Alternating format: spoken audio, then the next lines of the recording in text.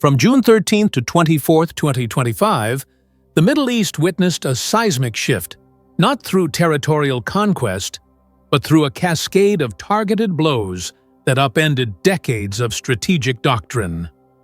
Iran, long cast as the regional underdog in the shadow of Western military might, launched a 12-day precision campaign that neutralized, destroyed, and captured advanced Western defense equipment operated by Israel. These weren't random strikes. They were methodical demonstrations of capability, each one calibrated to dismantle the illusion of technological superiority projected by the U.S.-Israel alliance. 3 F-35I stealth fighters, once the crown jewels of Israel's aerial dominance, fell prey to Iran's air defense systems and ballistic precision. Sophisticated Israeli drones were downed and displayed like fallen totems. Most symbolically, fragments of a U.S. SM-3 Block 1AB missile, part of Washington's elite missile defense arsenal, were retrieved almost intact by Iranian forces, signaling not just interception, but penetration into the architecture of U.S. deterrence. Beyond hardware, Iran waged war on perception. It released video evidence, satellite imagery, and wreckage to international media, weaponizing narrative as effectively as missiles. The battlefield extended to public opinion, where every destroyed asset became a psychological rupture, forcing Tel Aviv, Washington, and allied capitals to question their assumptions. This was not simply about tactical attrition. It was a strategic communication masterstroke, a dramatic disruption of the post-2000s air superiority consensus. What unfolded was nothing less than a narrative coup, a symbolic recalibration of the regional order, and a public relations strike against decades of Western invincibility. Among the most devastating and symbolically potent losses for Israel during the 12-day conflict was the reported destruction and disablement of 3 F-35I Adir stealth fighters, the pride of the Israeli Air Force and one of the most advanced aircraft in the world. The F-35I is a customized variant of the American-made F-35 Lightning II, enhanced with Israeli avionics, electronic warfare suites, and tailored radar systems. It represents not just air power, but Israel's deep technological entwinement with the United States. Between June 12 and 16, 2 of these jets were hit while still grounded in fortified hangars at Nevatim Air Base in the Negev Desert, struck by Iran's Fateh 110 ballistic missiles, which bypassed Israeli early warning systems. One aircraft was completely destroyed in a blaze, while the second suffered extensive avionics and structural damage. Then, in a dramatic escalation, a third F-35I was reportedly intercepted and shot down mid-flight over Natanz during a bombing mission targeting Iran's nuclear facilities. The interceptor, Iran's Bavar 373, a homegrown long-range SAM system often compared to the Russian S-300. The incident was not merely military in scope, it was theatrical in execution. Iran swiftly released footage and infrared imagery of the downed aircraft, challenging Israel's initial denials and labeling them as Western disinformation.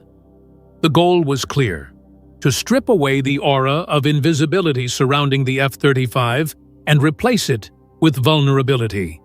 This marked the first time an F-35 was publicly claimed to be shot down by a non-Western adversary, a move that sent ripples through NATO planning circles. Whether or not all claims are fully verified, the psychological effect was undeniable. For the Israeli Air Force, long accustomed to aerial dominance, it was a rude awakening.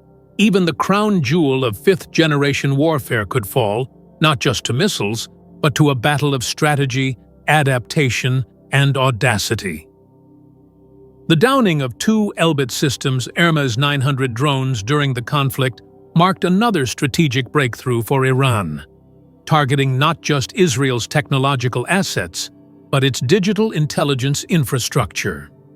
The Hermes 900, a high-end medium-altitude long-endurance, male UAV, has been a cornerstone of Israel's ISR, intelligence, surveillance, reconnaissance, doctrine.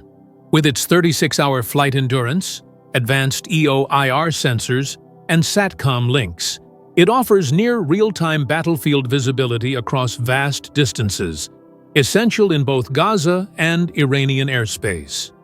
On June 18th, the first Hermes 900 was intercepted over Isfahan, central Iran, a location with deep symbolic weight, being a hub for Iran's nuclear and aerospace industries.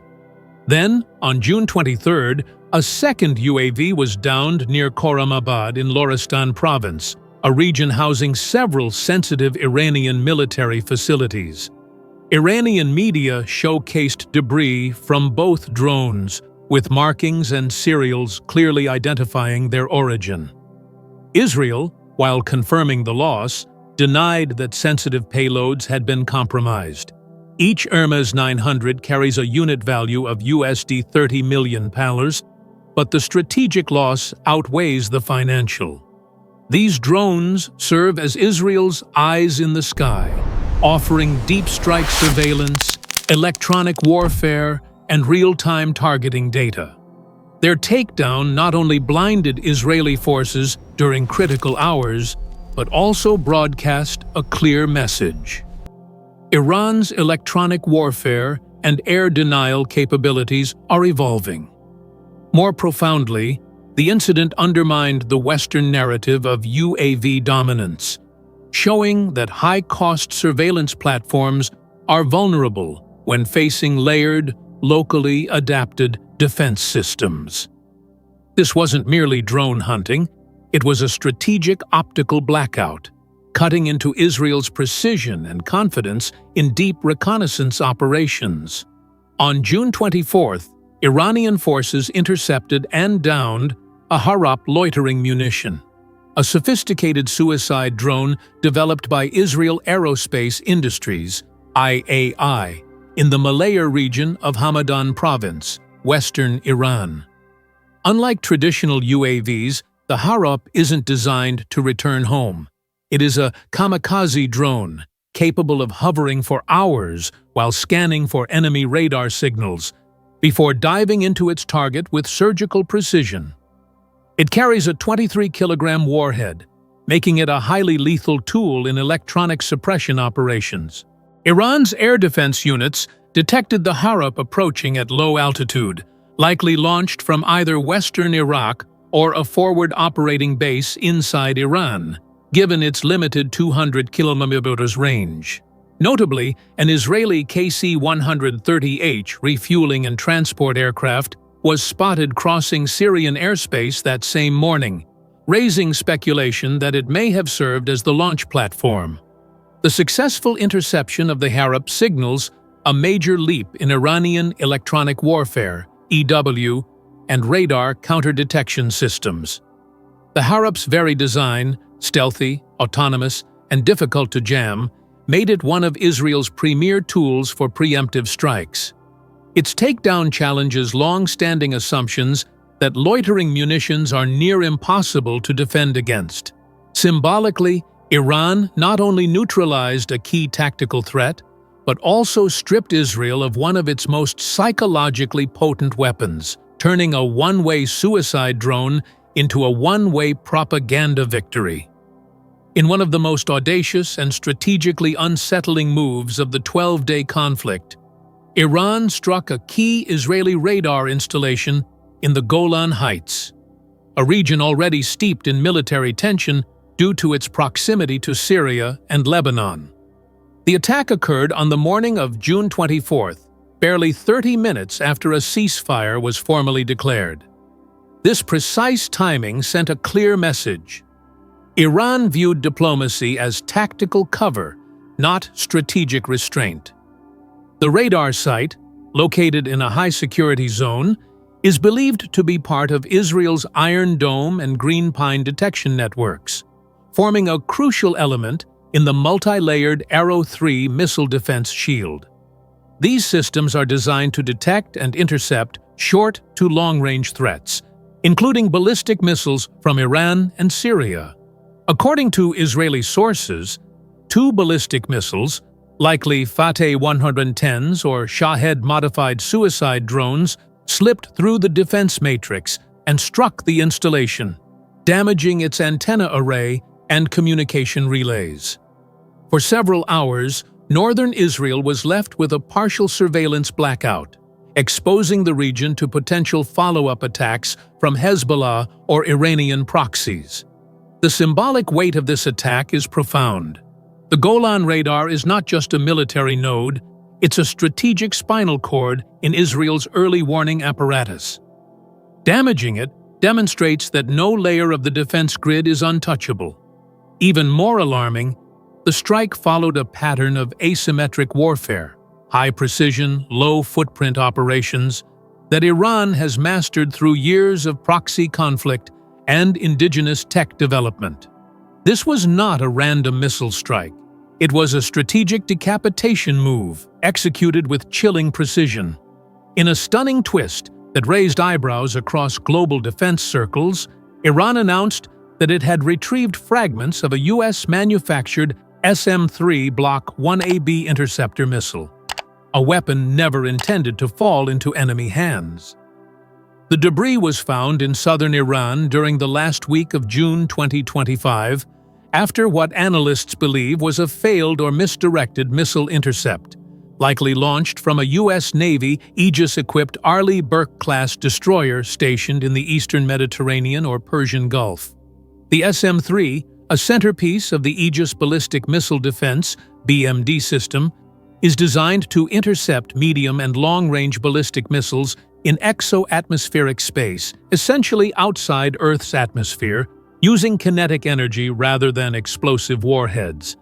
Traveling at speeds exceeding Mach 10, the missile destroys targets by direct collision, often referred to as a hit-to-kill strike. What Iran recovered included sections of the Mk136 booster, guidance fins, and inertial navigation components. Though incomplete, these parts are technological gold, containing clues to American missile propulsion, target tracking algorithms, and composite material design. Iranian military engineers, potentially supported by Russia or China, could begin reverse engineering efforts, compromising not just the missile's performance secrets, but also the encryption and sensor data embedded within its flight systems. This incident signifies more than a battlefield fluke. It marks a strategic intelligence breach. The U.S. spent decades and billions of dollars refining the SM-3 program. Iran now holds physical evidence of that effort, a rare and humiliating intelligence coup. For Washington and Tel Aviv, the fallout could be long-lasting, not just tactically, but also diplomatically, as allies begin to question the sanctity of shared military technology. The 12-day confrontation between Iran and Israel not only resulted in high-profile losses on the battlefield, but triggered cascading consequences that rippled across military doctrine, national economies, and geopolitical alignments. The aftershocks of these events are not measured solely in destroyed drones or downed jets, but in shaken confidence, financial hemorrhage, and a new calculus of regional deterrence. At the operational level, Israel endured an estimated USD $725 million per day in warfare expenditures. This includes the constant deployment of Iron Dome batteries, where each interceptor missile costs between $50,000 to $100,000, and the use of David's Sling and Arrow 3 interceptors, priced from $1 million to $3 million each. With hundreds of projectiles launched from both sides during this period, Israel's defense budget strained under the weight of real-time combat logistics. This economic pressure arrives amidst domestic political instability and a slowing economy, raising difficult questions. Can Israel sustain another round of high-tech attrition warfare? Will its population accept continued vulnerability despite massive defense investments? Strategically, the loss of F-35I stealth jets, Hermes 900 drones, and a breach of the Golan radar system represent not just isolated battlefield failures, but a crack in the myth of technological superiority. These events challenged long-standing doctrines that relied on qualitative overmatch to deter regional adversaries.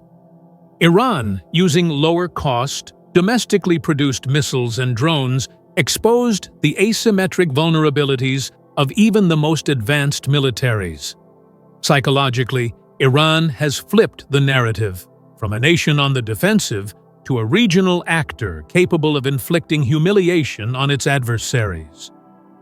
Tehran's release of video evidence, wreckage, and intercepted assets was calculated to erode Israeli and American strategic prestige, not just within their populations, but in the eyes of Arab neighbors and global observers.